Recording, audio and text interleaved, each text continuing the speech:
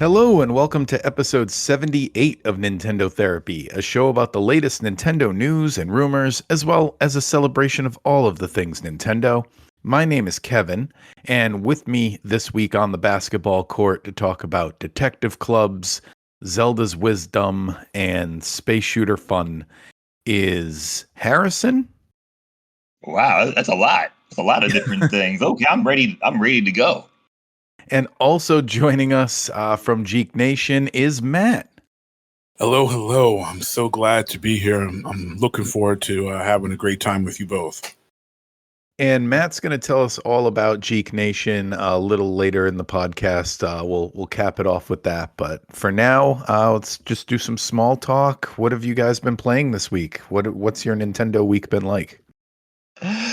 Matt, have you been playing any Nintendo games this week? So I have been playing a little bit Nintendo this week. The Delta emulator that was on iOS, that was for iPhone, got an update for iPad. And being a former basketball player, I have very large hands. So having that on the iPad was optimal for me. So I decided to fire up an old favorite of mine on the emulator, and that is Captain America and the Avengers. So I had a steady diet of playing that pretty much this week on a pretty consistent basis, as well as some Animal Crossing. And I picked up an Animal Crossing controller for my Switch, as I'm going to be playing my Switch a lot more on my television instead of in my hands, since I take my iPad with me more than I take my Switch nowadays. So I added a little more of a homey feel to my Nintendo setup. Yeah, that game is fantastic. Super Nintendo side-scrolling beat 'em ups were like the peak era of that, like Maximum Carnage. There was another, wasn't there? There was like an Iron Man one, or is Iron Man in that? So there were a couple. So the one I played actually is for the NES. There was an SNES version of that game as well. But for those side scrolls, there was a great run with the SNES version of Captain America and the Avengers. There was also Spider-Man Maximum Carnage, which was great. There was also the Punisher game that featured Punisher, and then if a second player was playing, they played as Nick Fury. And then there was the unfortunately not great X-Men game that's extremely frustrating to play. Yeah, they just couldn't catch a break, could they? Like, there's so many bad X-Men games from that era, the Super Nintendo NES generations. So I remember as a kid and being a comic book reader, seeing ads in my Marvel comics and other comics for the Uncanny X-Men NES game. And then I remember that I rented it. I'm aging myself greatly here, but I rented it from a Blockbuster Video, and it was absolutely horrendous. It was just one of the worst things I'd ever played, and I couldn't believe that I wasted the one game I could rent on that heap of hot garbage that was Uncanny X-Men. It was so bad. Mutant Apocalypse, I think I remember, was okay, but it wasn't Mutant that Apocalypse great. was okay. Yes, that's probably the best X-Men game from the NES SNES run. Although close to it, the Wolverine solo title for NES was okay. It wasn't bad. I enjoyed it. Still have it. I enjoyed it. It wasn't great by any means, but it had a lot of great Wolverine elements to it. It had the Berserker Rage, using the claws, not using the claws. There was a detriment to overusing the claws. So in some ways it was ahead of its time. And then focusing on the brown and black suit, a lot of times you couldn't tell what was his body because everything was blending in with the other browns and oranges within the backgrounds. See, these are the conversations that always take me back and make me think that kids today, they don't know how good they got it when they review these AAA masterpieces and they're like, oh, it's a 2 out of 10. This game is terrible, and it's like you don't know what we lived through, man. When we were like, any game that was just okay, we were like, all right, I'll keep playing it because this game works. Like, oh, it's a Very Batman true. game and it actually functions. 10 out of 10. Well, you Yeah. have to. You have to, like, as Matt said, like, you had, like, I'm assuming you had like your one game at the Blockbuster that you could rent, and you got that one, and then you were upset that you got the one that one game for the week. So Exactly. it is what it is. Is there a definitive best X-Men game just overall? Like, everyone says it's the best X-Men game. That's a great question. Honestly, X-Men Arcade, probably. yeah, I would say that's the only one that you can even say is good. And I know I burned way too many quarters on that arcade, especially the big 6-sided one, because that's when you got the whole crew to the arcade and we're like, why we're beating this, and then it was whoever got there first got their preferred characters. Nobody wanted to be Dazzler. Nobody wanted to be Nightcrawler as much. But whoever got there last got stuck as Dazzler. And, I picked Nightcrawler a lot. I mean, I liked Nightcrawler. I liked his, because I like, in beat 'em ups, I always prefer speed over power. So I used Nightcrawler a lot. I used Nightcrawler, Cyclops, and then Wolverine were my preferred three. If I had to use Colossus or Dazzler, I was like, okay. But Nightcrawler, he was one of my favorites too, just because the speed, the special looked cool because it would do multiple hit damage because of the teleporting, and then I liked the animations for it were also fantastic. Wow. Well, this is great. Nothing too new for me, Kevin. I've been watching a lot of college football 25 videos, and it's the first Xbox or PlayStation exclusive that I've wanted. And that's saying a lot because the system has been out for over 3 years now. So so there's that. Nothing too new on the Nintendo end. Kevin, how about you?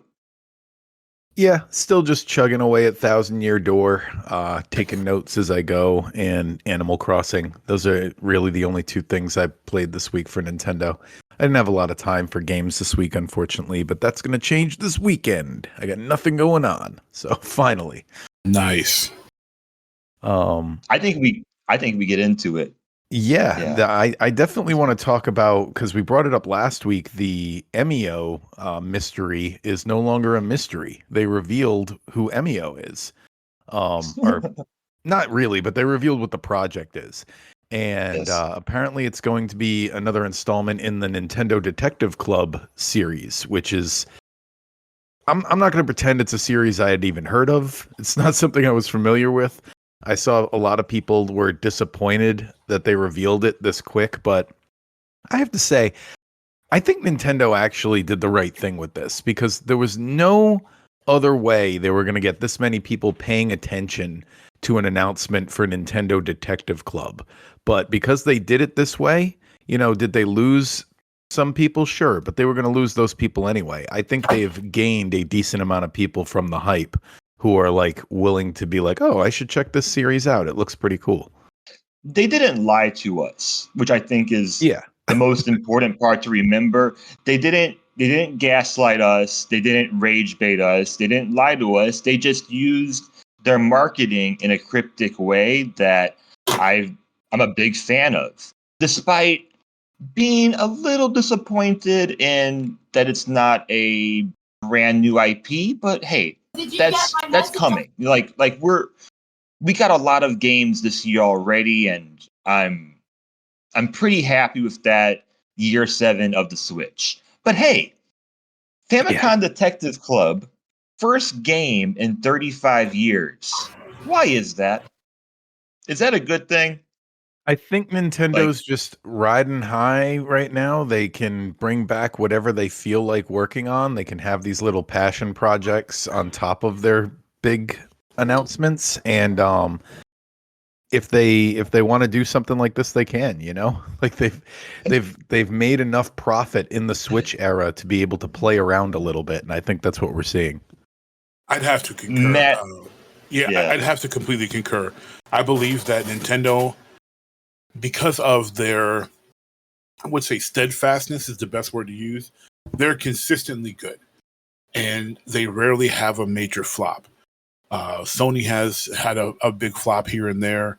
Microsoft has plenty. Obviously, the demise of Sega as a hardware platform and so on and so forth. Nintendo has consistently chugged along, producing quality hardware and really working their IPs to the maximum and being extremely successful with it. So Nintendo has earned themselves a carte blanche to pull out whatever they will, whatever they feel is a passion project, essentially. And no one really is going to question it that much because Nintendo has earned the right to roll the dice that way and have us trust that whatever they decide to put their hands to, we can know it's going to be, especially as a first party IP, we know it's going to be quality, it's going to be playable, it's going to work, and it'll likely be fun. And I don't really know how Nintendo decides to greenlight one project or another, but if it's anything like a film studio, it's going to work like the fact that they are making lots of profit right now. The more profit they make, the more stuff they're going to greenlight. And when you're greenlighting more stuff, you get things like this. You get a few weird stuff in the middle, and I think that's exactly what we're seeing. There's just I saw something the other day that said we've had in the Switch generation there's a giant record-setting run. I don't remember what it is, where we've had a Nintendo published title released every single month. They're doing that kind of volume this generation. It's crazy. Well, right. I started talking about like exclusive titles, and there's at least 3 exclusive Nintendo titles in the 7th year of the Switch system. And it's clear that's just what they're riding on right now. But I must say, without the marketing of this game, I don't think this game would do very well. Like, looking up the numbers of the past Famicom Detective Club games, although was it just Japan? Whatever. I don't know if it would do that well. Like a $50 visual novel that many people haven't played, but I think now a lot of people are looking at it. Yeah, and the people that they did lose that were like interested in it from the hype, a lot of them just were going to go away anyway because they had crazy expectations for this thing. Like I saw a lot of them like expecting basically like, is this going to, I literally saw people saying things like, is this going to be like Saw, but Nintendo? And I'm like, no, it's not. You're crazy if you expect that. So like they were going to lose those people anyway. Right. Right. And we did a fun podcast segment on it last week. And when we did it, we didn't say anything we didn't know. We just had fun speculating. Still want a new IP with the new system. I'm Whatever sure that we'll might get be. something. I feel like they are cooking something up for that new system, and we'll see, because again, they've got the room to experiment right now. But Speaking another of new, franchise they're experimenting with, speaking of experimenting, is everyone talking about how you're going to be able to play as Zelda in the newest Zelda installment. And that game was recently rated by the ESRB. And when you do that, they submit a little description for the game to ESRB. And that description has been turning some heads because maybe you don't play as Zelda throughout the entirety of the game. Let me read that description. So what they submitted was, This is an adventure game in which players assume the role of Zelda as she attempts to dispel rifts throughout Hyrule and rescue Link. From a 3/4 overhead perspective, players explore various environments while fighting stylized enemies, e.g., humans, creatures. As Link, players use a sword and arrows to defeat enemies. Zelda can use a magic wand to summon creatures, e.g., wind-up knights, pig soldiers, slime, for battle. Some enemies can be defeated by being set on fire. Other creatures dissolve into mist when defeated. Battle sequences are somewhat frenetic, with several enemies attacking/fighting at once. So the key sentence there is where they say, as Link, players use a sword and arrows. There's two likely scenarios here, in my opinion. Most likely to me, though it looks like Harrison disagrees, I think We'll this see. is just referring to there's going to be a little intro section of the game where you're walking into Ganon's tower that we kind of saw in the trailer there as Link, and you might have a little fight with Ganon, and then the craziness happens and they pull the old switcheroo, and now for the rest of the game you're Zelda. Could be that, or if you've played the Paper Mario series, you'll know one thing they do a lot in that is they have these little interlude chapters cut in where you will play as Princess Peach. So it could be something like that as well. Right. I went with that idea because I don't know what the game's going to look like, what the timeline is going to look like, and could the interlude just be some sort of just dream sequence or Well, I think what is it would be is because he was Go ahead. swallowed up into that like darkness, might be him, like that might be how they get the two worlds thing going that they like to do in Zelda games, where maybe on in normal Hyrule you're Zelda and maybe in the dark world you're Link and you're fighting your way towards each other. Right. Yeah, there's so many mechanics I'm not sure about because I also mentioned like in Four Swords you control like two characters together, right? Um in like the Four Swords game. Because I wonder if there's any parts where you would control Zelda and Link at the same time and you have to solve a puzzle together, like Link hits a roadblock, so Zelda has to unlock something so Link can go further. I have no idea. Any thoughts on the new Zelda, Matt? So this is a topic that I had bookmarked when seeing the news on IGN to talk about on my show as well. I'm intrigued by the possibilities of a Zelda game, and like you both have said, like there's a lot of different possibilities as far as what you could do with the gameplay. Could it be as far as a cooperative story between Zelda having to save Link, or Link can only get past a certain part of the story unless Zelda does X, Y, and Z. There's a lot of possibilities there. My leaning is towards a simpler game, just because the art is leaning to a more of the Wind Waker style of art. So I don't think it's going to be as difficult. I think it will also be more Zelda focused than Link focused. I'm hoping that if there is a bit of gameplay as Link, that is going to be early on and not a lot, because I think Zelda as a character deserves her time in the spotlight. I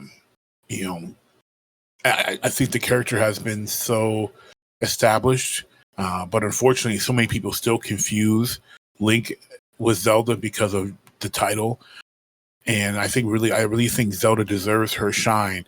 And I think a successful Zelda-focused game will breed more Zelda-focused games, which would do nothing but be a positive for, I guess we would just call it the Hyrule universe, Hyrule Kingdom games, where you could branch into, co-op where Link and Zelda are fighting side by side. There's a whole lot of possibilities that could branch out of that with a successful game. But if the game is too focused on Link, then I don't think that that broad horizon is as broad anymore because you're still mostly then focusing on what you have been doing, which has been great and successful, and I can't knock it in any way, shape, form, or fashion. But I like to think a bit about world building and world expansion. So a Zelda focus, at least 85% of the gameplay needs to be as Zelda's a character. It really needs to showcase Zelda and in a positive light so that fans end up wanting more. I think Nintendo dropped the ball a bit with the Princess Peach game. Or I still call her Princess Toadstool mostly, but younger people, me too. Younger people only know her as Peach. So Toadstool for life. Yes, I'm sorry. The letter is Super Mario Brothers 3. Princess Toadstool. That's her name. Peach Toadstool. But I think Nintendo dropped the ball with that Game Boy. I'm sorry, the Nintendo DS game that was Peach focused. I don't think that they did a good enough job marketing that game particularly, as well as just making it, even though it was Peach focused, it wasn't compelling enough to continue to spawn more Peach focused titles. I hope they don't do that same mistake with Zelda. Because I agree. Because to be honest, I know the comparison is made often, but I think I don't know if this is a controversial statement, but I think there's more people out there who want to play as Zelda than there are people who want to play as Princess Peach. She's just a more interesting character, especially when you incorporate like her ninja personality when she turns into Sheik. Like there's a lot. I feel like you can do just so much more with Zelda. Like they're not all equal just because they're strong. They're major female characters in a franchise. You know what I mean? Exactly. I think Zelda's got so much more potential. So give her the opportunity. You know, I think Zelda is way more interesting to me. I mean, I'm always so just enthralled by Zelda, like especially in Tears of the Kingdom where you're spending time with her in the beginning. It's such a neat thing when it happens. But I don't know Skyward if Sword that's too. They do that in Skyward Sword. I don't know if that's the majority or not. Although I think this Zelda game is going to sell better than the Princess Peach game. I don't know. It just we weren't the target demographic with the Princess Peach game. Like we tried the demo, we reviewed the demo on here, and all of us said that it's a game meant for younger people. So I don't know if that's the majority or not, because I think most older Nintendo players are going to go with Zelda. And yes, I do think I think this game is going to sell very well. It definitely should. And you're right. The Peach game was definitely made for a younger audience. And that's one of the concerns that I have, is that with the art style being, again, more like the Wind Waker, I'm concerned that they may be focusing again on too young of an audience. And I really think that they need to hit a really targeted area of that, or at least make a game that is going to be interesting enough for the older audience, because those are the ones who are really going to drive the sale of this game, and also the ones that are going to be the most vocal about whether more should be made, talking with their voices and with their dollars. Yeah, and older people are the ones with jobs. Well, and yes, I think yes, but there's also the child element, as far as the kid. I mean, as kids ourselves, renting is not the thing anymore. But it was, hey, Jimmy's mom got him this game, and I played it, and can I have this game? It's not begging for Christmas like back in the 80s and 90s, but kids are still begging their parents to buy them X, Y, and Z game. But I just think for the success that I hope for Zelda, is that it's a game that's anybody can enjoy it. And that's the beauty of so many Nintendo games. Like the Mario franchise is fantastic, because regardless of if you're 6 or you're 65, it's fun and it's enjoyable for everybody across the age ranges. So if they have a game that fits within that very broad demographic, I think that the Zelda game will be a wild success. Yes, And definitely. to go on with what you said, Harrison, about hoping it's successful is the Link's Awakening remake sold so far almost 6.5 million Sold more copies. than the original.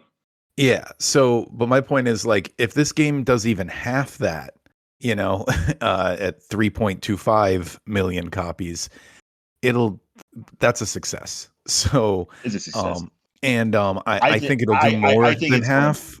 I think it'll do more than Oh, half, because if you take the brand of Zelda away from this, it's the most, like, it definitely is like a direct sequel. You know what I mean? They have the exact same art style. They look like, if this wasn't a Zelda game and you looked at these two games in a vacuum, you're like, okay, people who like this game would probably like this game as well. So I think a lot of people are hungry to go back to that art style. I remember years worth of people saying, like, why did they just do this once and then never go back to it? Why can't they make another Zelda game in this art style? So people are definitely happy to go back to it. right. I'll be interested in finding out the development of this game. I would not be surprised if this game has been in development since Link's Awakening came out. And I think this is going to be more than 5 million. I think it's going to surpass what Link's Awakening did. But I say that because I think it's going to be re-released on the new console as well. It'll be like however they'll do it. It'll be like a 4K. You can play the old game, but if you haven't got the old game, here's a new one that's a little bit better. Something like that. I think we should get into our big segment for today. For sure. Am I introducing this? I'll introduce it. Today, we are going back and doing another Nintendo draft.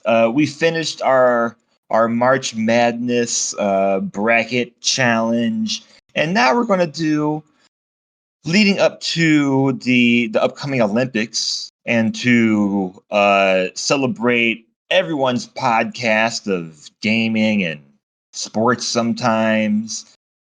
We have a Nintendo draft. We're going to do our basketball starting five of Nintendo characters. So it can be, you can choose any archetype in any order.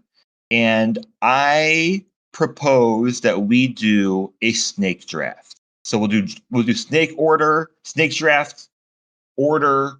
So we'll do Matt, you'll go first. So we'll do Matt, Kevin, me, and then we'll do me, Kevin, Matt, and we'll go back around. Okay. So Matt, you're the guest. You are the number one pick. Man. Okay. Before we pick, let me just, I should have asked this earlier. But I've done so many drafts between fantasy football, basketball, baseball, and I even do drafts like this on my show, which is coincidental. I did one for baseball recently, just focusing on Marvel characters. So this is right up my alley. Are we duplicating any characters? For example, are we saying you can draft Mario from Mario 1 and Mario from Mario 3, or if you draft Mario is completely off the table off the draft board? I think to keep it simple, we have to do, if you choose Mario, that's it. Okay, I just wanted to be safe. Okay. And are we going in a specific order of position, or are we just drafting? Anything you want, so you have to choose whatever you think is best to build your team around. Okay. Yeah, I think we're just drafting as the league would draft. Gotcha. Right. Okay. Well, that makes my pick interesting. So, as a former college basketball player, as someone who has a very old school basketball philosophy, I like controlling the paint. I like toughness. I like defense. And I like people who are not afraid to do the dirty work and get things done. So with the first pick of this Nintendo draft, I select His Highness King Bowser. Okay. What's he So playing? Bowser. My power forward. Okay. Yeah, I had him on So- a short list of power forwards as well. It's just the funniest thing that occurred to me about him is I'm like, how much of a jump is he going to have? He's got like See, I don't need him to jump. He doesn't need to be Sean Kemp for me. He needs to be he's old school. He needs to be more of a I don't want to try to give a reference that you may recognize, but I'm trying to think of a player. He would be more of a Anthony Mason for me. Doesn't have to leap, wide-bodied, strong, can bully his way to the basket, tough, defensive, and sneaky enough, to get do some Rick Mahorn level tricks, pull the chair from underneath the offensive player, and he's not afraid to do the dirty work. So. There's just something to me inherently funny about imagining like Bowser jumping. I don't know. I mean, I'm thinking of like Mario 64 Bowser. You know what I mean? Where his stomping is just a. Well, basketball is like the one sport that Nintendo hasn't made a game for. So if Nintendo, if you hear this, and you're not going to pay us because you're Nintendo, you don't pay anybody. But if you happen to hear the show and you want to share money with the three of us for coming up with a viable basketball game, it's funny you say that. We thought so too, and we found out on this podcast they actually have made a basketball game. Mario Hoops. Really? Yeah, Mario I've never Hoops. heard of it. That's the point. Is they didn't promote it well enough, I think, because none of us had heard of it. But yeah, they have Mario Hoops 3-on-3. Mario Hoops 3-on-3 for was it Game Boy Advance or DS? Or I think it was DS. I'm looking it up right now. Well, that's why, because they put it on the handheld. I mean, because Strikers is on the GameCube. DS. Baseball's on the GameCube. You're saying we need a home console basketball game, which I absolutely 100% agree. 100%. So wow, you're going with the power forward, and that's going to be a fan favorite. Oh yeah. Plus, if you can pick up a super mushroom here and there that bounce on the court, then he'll just look like Charles Barkley as a dragon and just dunk on everybody. I'm here for that. Oh yeah, definitely. All right, Kevin, who's your first pick? All right, I'm gonna choose my center first, and I think this character will perform well in this position. So I'm going to go with Zero Suit Samus to get some Caitlin Clark action on my team right away. Okay. You want a lot of turnovers is what you're saying. Hey. 19 assists last night. Yes, she did. And as on one of my most recent episodes, because we talk basketball a lot. We love CC. We're just not part of the cult that all of a sudden thinks she's the greatest thing since sliced bread. But no, I love CC. She just her turnovers is a problem, and I want her to reduce those turnovers because she needs the ball. They need the ball in her hands late in the game, but unfortunately, that's when her turnovers percentage spike because she just doesn't have the greatest decision making yet. But again, she's a rookie.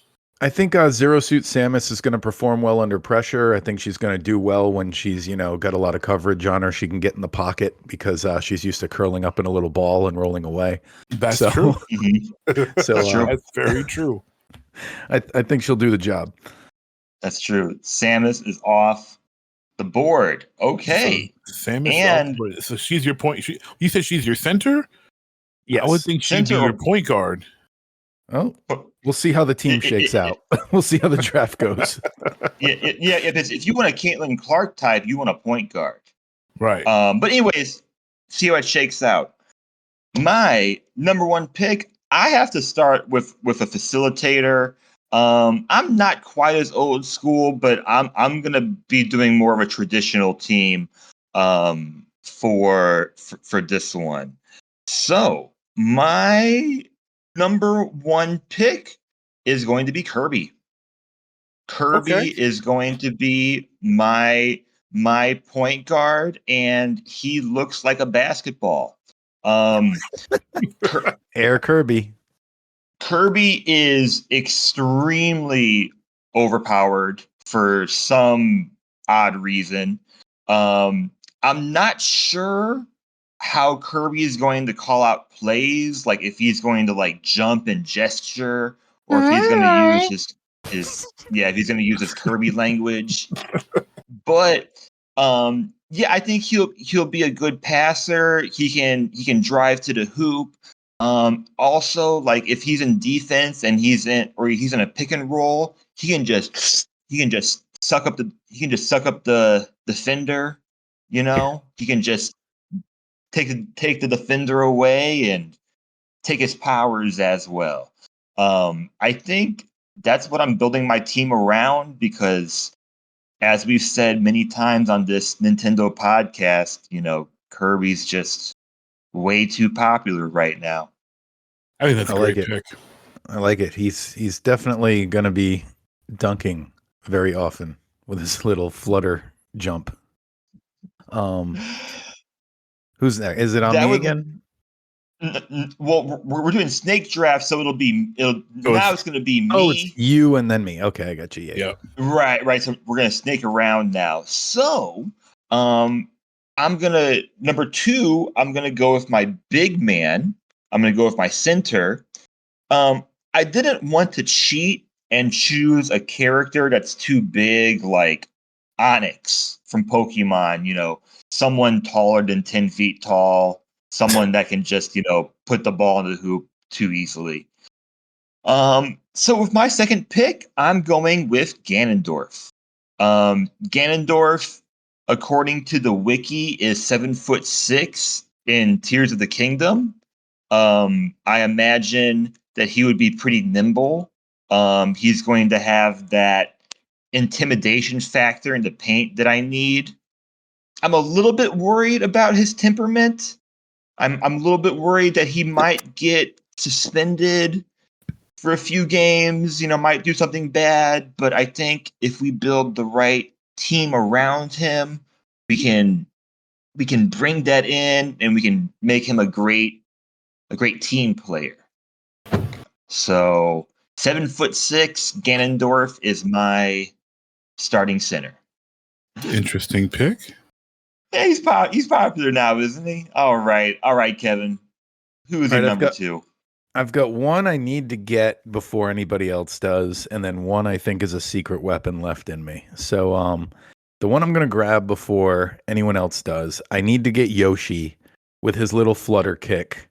It's gonna be definitely an advantage on the court. That little like when he's Can't do the struggling to noise. when he's struggling to stay in the air there. I think that's definitely gonna be an advantage for him on the court. Plus, he'll sell merchandise for the team. Yeah, if you have Yoshi on your team, I'm putting Kirby on him. Yeah, Yoshi and Kirby are going to be matching up the entire game. they're very similar Uh, characters. The more you think about it, Extremely similar, and it'll be a fun matchup when it happens. Yoshi is what do you think? Your shooting guard or yeah, I had what it do you as a think? shooter. Yeah, Shooting guard. Okay, all right. Matt, who is your number two pick? My number two pick. So I kind of I was really focused on particular areas, and so I kind of treated them like colleges. And I the different IPs here. So I like teamwork. I really value cohesiveness, and I like having familiar players with familiar players. So, because I get the next two picks, I am going to draft the most important position, which is the point guard position.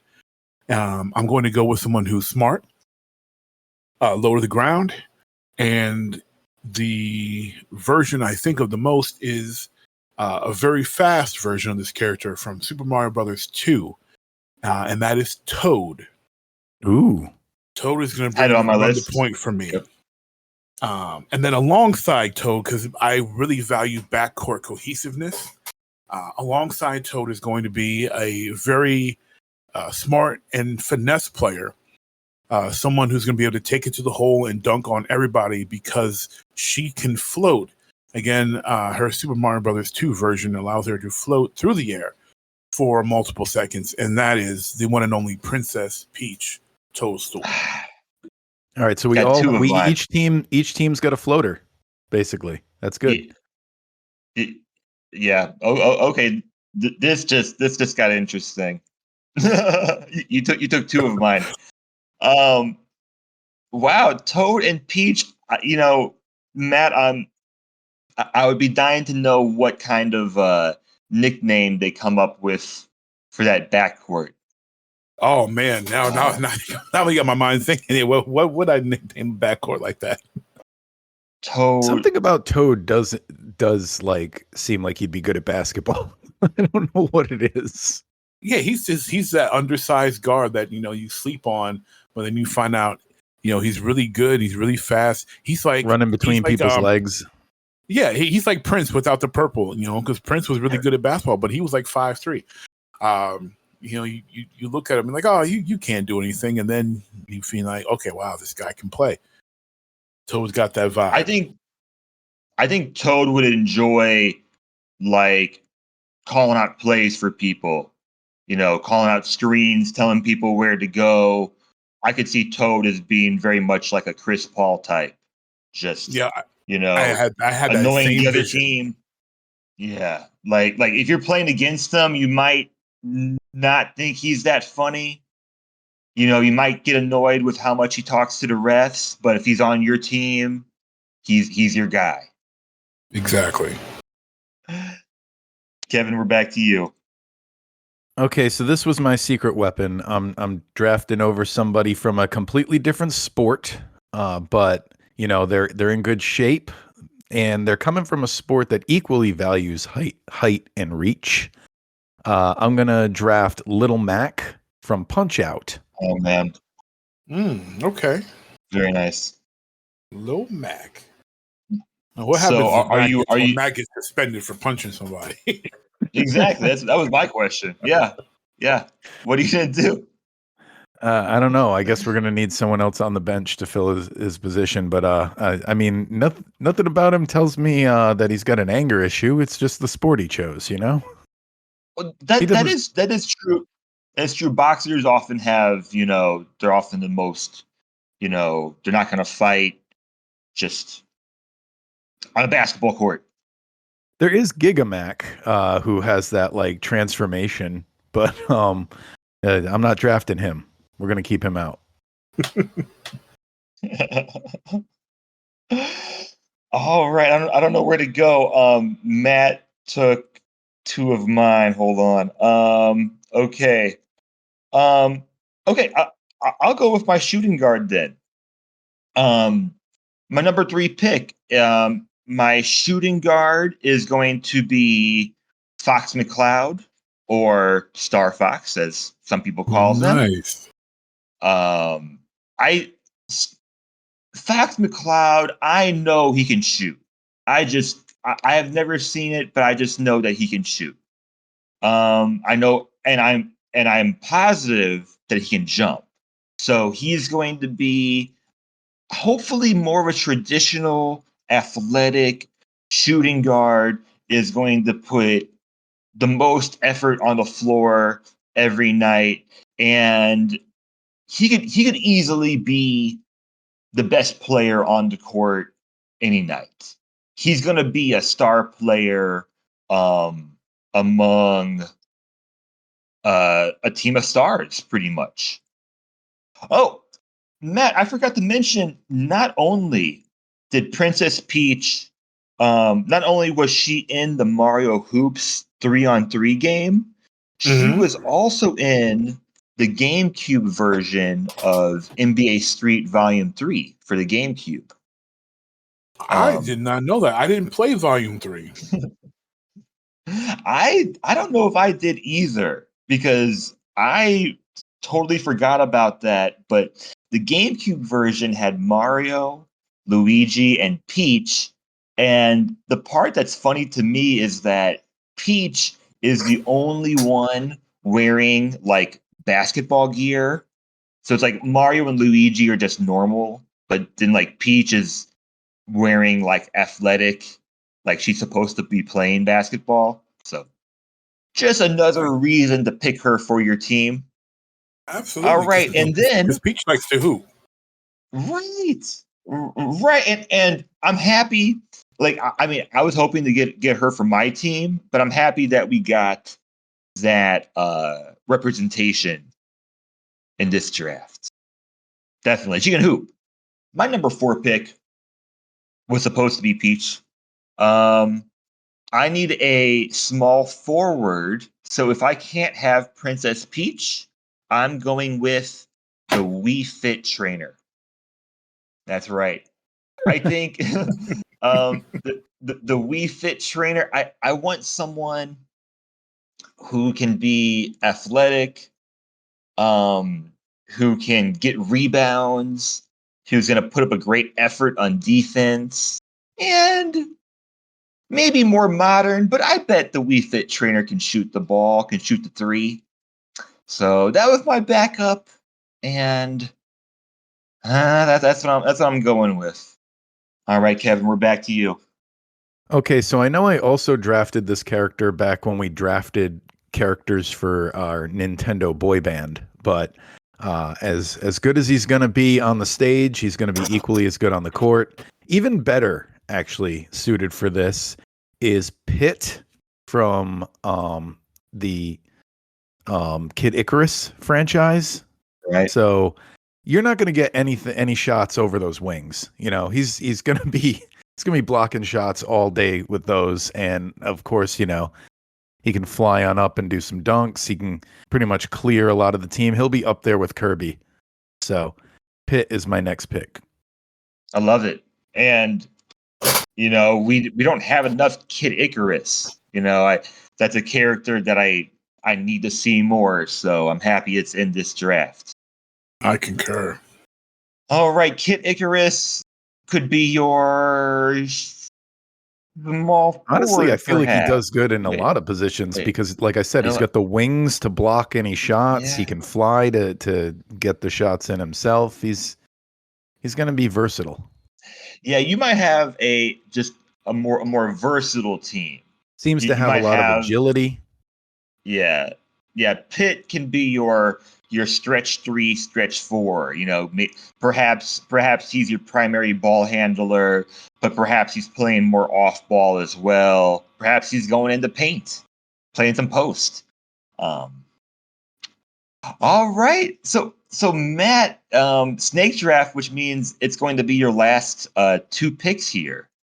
Yeah. So I'm still sticking with the Mushroom Kingdom College, and I'm going to. So my team, they all know each other very well. They're ready to ball. So my small forward is going to be someone who is very athletic. He's got great hops, as we saw in Super Mario Brothers 2. He's humble enough to be a sidekick, yet talented enough to show up and show out when needed. So my small forward with my 4th pick is going to be the one and only Luigi. And my last pick, which is going to be my center. So I need a center. I need some length because I've got strength, but I don't have a ton of length outside of Luigi, who's reasonably tall, and Peach, who's tall for, taller than the average woman.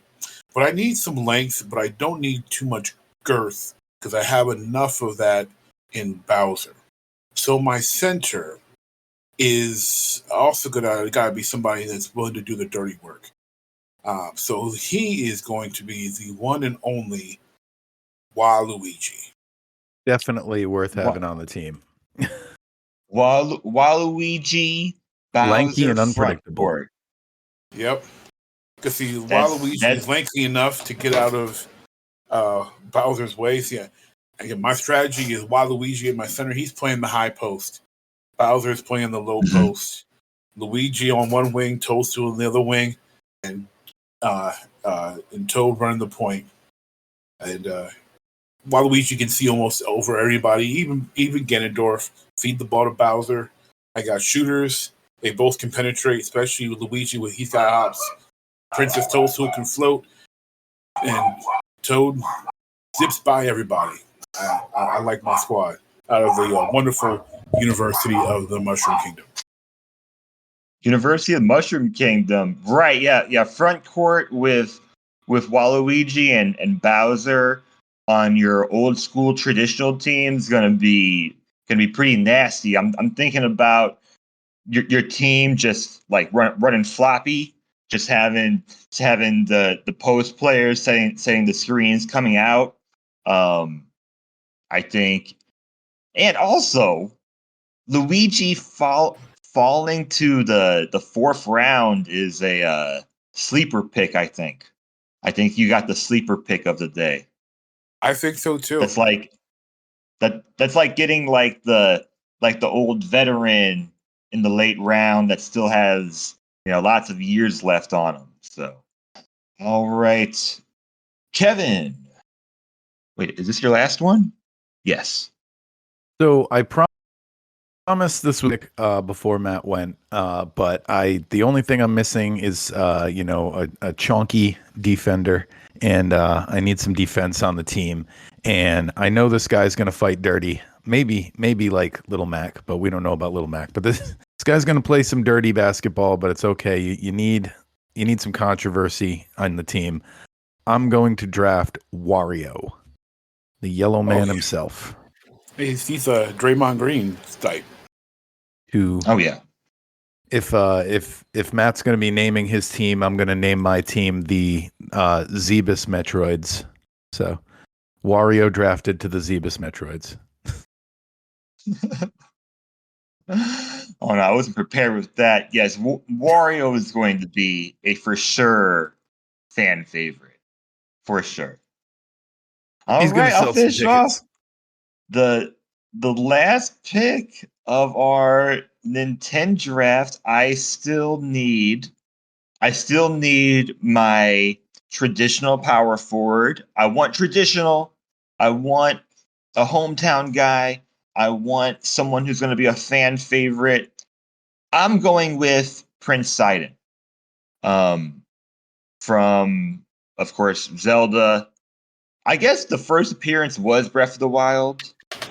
And according to someone on Reddit who spent way too much time figuring this out, Prince Sidon is 11 feet tall, or as they stated it, 10, or as what they said was 10 foot 12, which I thought was very funny.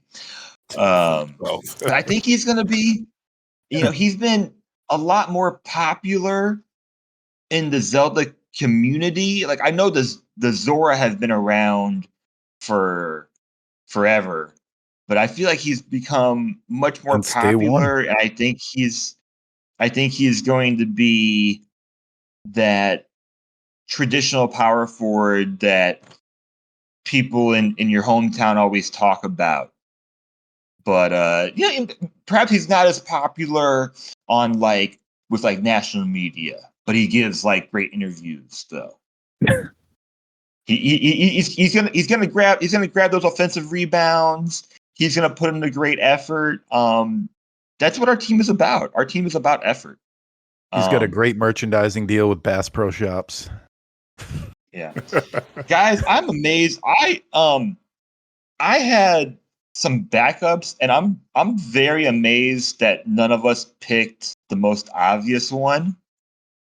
I almost went Mario for my last pick. I assumed someone was going to say it, but no one went Mario. So I guess Mario's available for a head coaching position. If He's someone always wants to pick him average, though. Like every game, it's like they put his stats straight down the middle.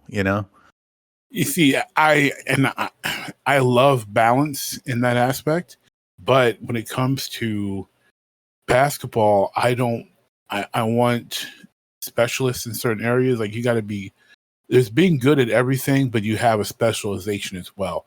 And Mario he has no specialization. He's just good across the board, where everybody else has something that sets them apart. He would have been, if we were picking a sixth man, Mario would have been my sixth man. The jump man But himself. but then Mario, your star player by far. You know, he's starring in movies, and then he's coming off the bench, and then he's saying things to reporters, about the GM. You know, he's kind of hinting at things. But I guess, again, if we can harness that, he would be a perfect sixth man. Absolutely. If you can harness it, he'd be a great sixth man because he can fill in almost any role. So you don't have to worry about, he can play pretty much, 1, 2, and 3, maybe, fill in for a little bit of the 4 and the 5. He's lacking in the height, but his abilities will help make up for that. So that's why he's the best sixth man option, because he can pretty much be a plug and play for all the other needs. And he's the old veteran, and sometimes you have to go and talk to him and say, hey, like you are most valued in this spot. Hey, if Chris Paul can do it, if Klay Thompson was forced to do it, then so can Mario. Exactly. His pride shouldn't be too high for him not to take that role. I think that ends our Nintendo draft for today. I did not have a head coach or a sixth man or anything, so Yeah, I think that's good. Great job. Yeah, I'll put together a graphic of this, and listeners, let us know, like, who is going to win 7-game series. 7-game series between my team and Matt's team. Who do you got? How many games?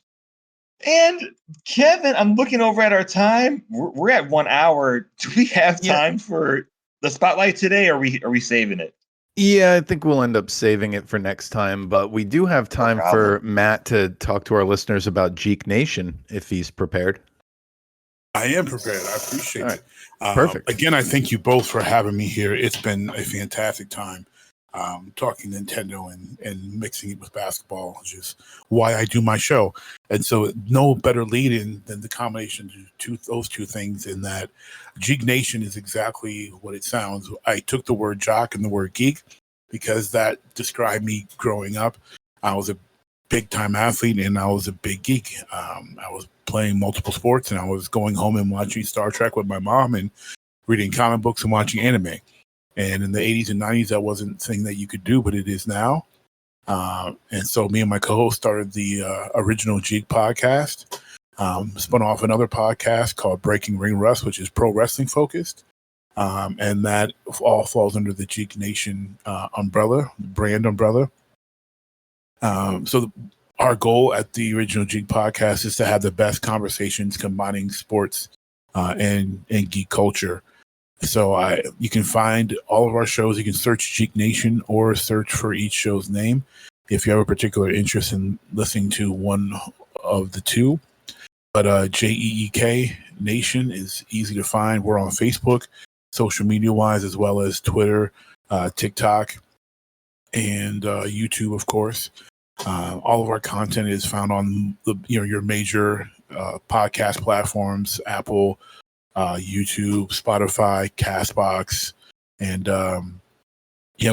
we're 10 episodes away from 100 episodes of the original Geek podcast. So really excited about that, and looking forward to having a probably live streaming the 100th episode on Twitch if all the stars align properly. All right, good stuff. Yeah, definitely check all that out.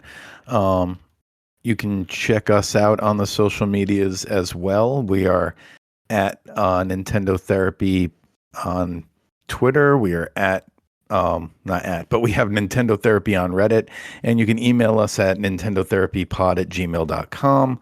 Always keep in mind we're Nintendo fans, not Nintendo experts. So we probably got some stuff wrong. Let us know about it. We'll talk about it on the show. And yeah, is there anything else anybody has to say before we sign off here? No. Have a good week. Wonderful. Yeah, have a good week. We'll talk some more Nintendo next time. Thank you for coming, Matt. Thank you.